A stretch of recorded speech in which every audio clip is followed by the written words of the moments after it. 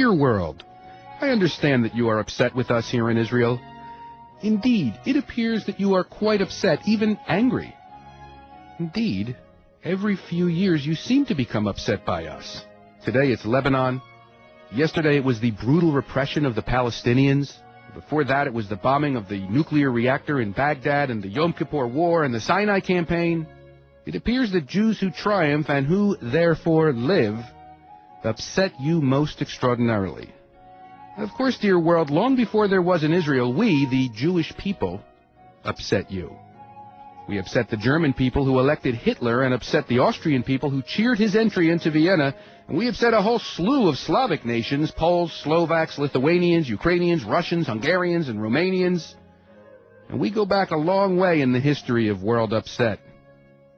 We upset the Cossacks at Khmelnytsky, who massacred tens of thousands of us in 1648 to 1649. We upset the Crusaders who, on their way to liberate the Holy Land, were so upset at Jews that they slaughtered untold numbers of us.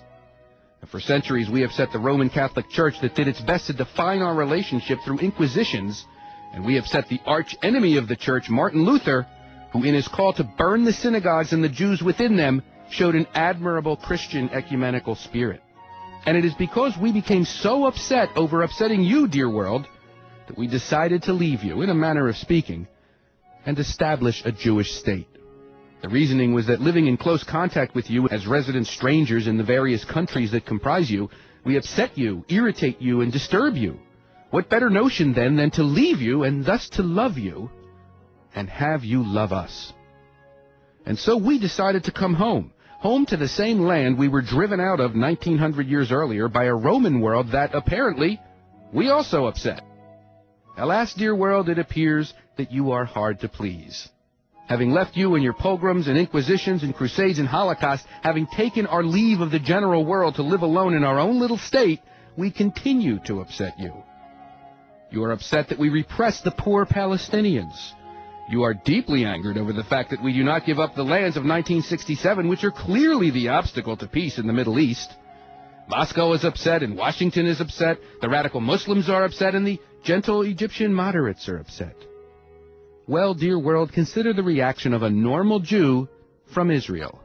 In 1920, in 1921, and 1929, there were no territories of 1967 to impede peace between Jews and Arabs. Indeed, there was no Jewish state to upset anybody. Nevertheless, the same oppressed and repressed Palestinians slaughtered tens of Jews in Jerusalem, Jaffa, Safed, and Hebron. Indeed, 67 Jews were slaughtered one day in Hebron in 1929. Dear world, why did the Arabs, the Palestinians, massacre 67 Jews in one day in 1929? Could it have been their anger over Israeli aggression in 1967? And why were 510 Jewish men, women, and children slaughtered in Arab riots between 1936 and 1939? Was it because Arabs were upset over 1967?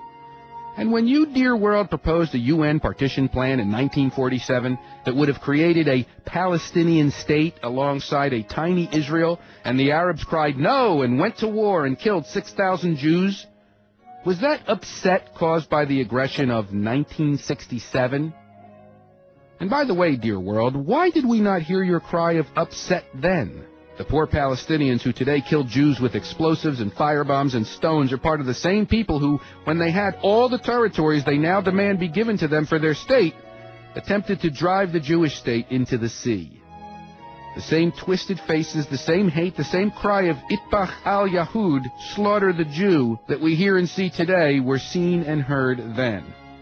The same people, the same dream, destroy Israel.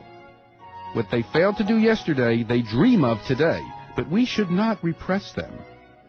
Dear world, you stood by during the Holocaust, and you stood by in 1948 as 7 states launched a war that the Arab League proudly compared to the Mongol massacres. You stood by in 1967 as Nasser, wildly cheered by wild mobs in every Arab capital in the world, vowed to drive the Jews into the sea. And you would stand by tomorrow if Israel were facing extinction. And since we know that the Arabs dream daily of that extinction, we will do everything possible to remain alive in our own land If that bothers you, dear world, well, think of how many times in the past you bothered us. In any event, dear world, if you are bothered by us, here is one Jew in Israel who could not care less.